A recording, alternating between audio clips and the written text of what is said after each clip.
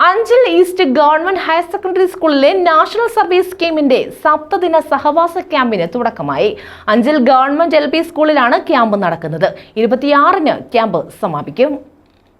സുസ്ഥിര വികസനത്തിനായി NSS യുവത എന്നതാണ് ക്യാമ്പിന്റെ മുഖ്യ ആശയമെന്ന് സ്കൂൾ പ്രിൻസിപ്പൽ അനസ് ബാബു പറഞ്ഞു. സുഹൃത കേരളം പദ്ധതിയുടെ കൂട്ടുകൂടി നാടുകാക്കാം എന്ന പേരിൽ ലഹരി വിരുദ്ധവൽക്കരണ പരിപാടികളുടെ ഭാഗമായി തെരുക് നാടകാവതരണം, ഫ്ലാഷ് മോബ് എന്നീ പ്രവർത്തനങ്ങൾ സംഘടിപ്പിക്കുന്നു. വയോജന സംഗമം, ഹരിത സമൃദ്ധി, സത്യമേവ ജയതേ, നേതൃത്വ പരിശീലനം, കലാകായിക പരിപാടികൾ എന്നിവയാണ് ക്യാമ്പിന്റെ മറ്റ് കർമ്മ പദ്ധതികൾ. അഞ്ചൽ ഉപജില്ലാ വിദ്യാഭ്യാസ ഓഫീസർ ജാഫറുദ്ദീൻ ക്യാമ്പിന്റെ ഉദ്ഘാടനം നിർവഹിച്ചു.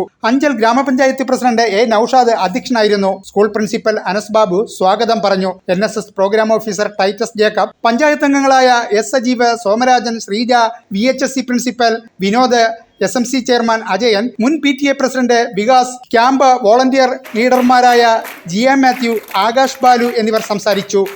News bureau, Anchal.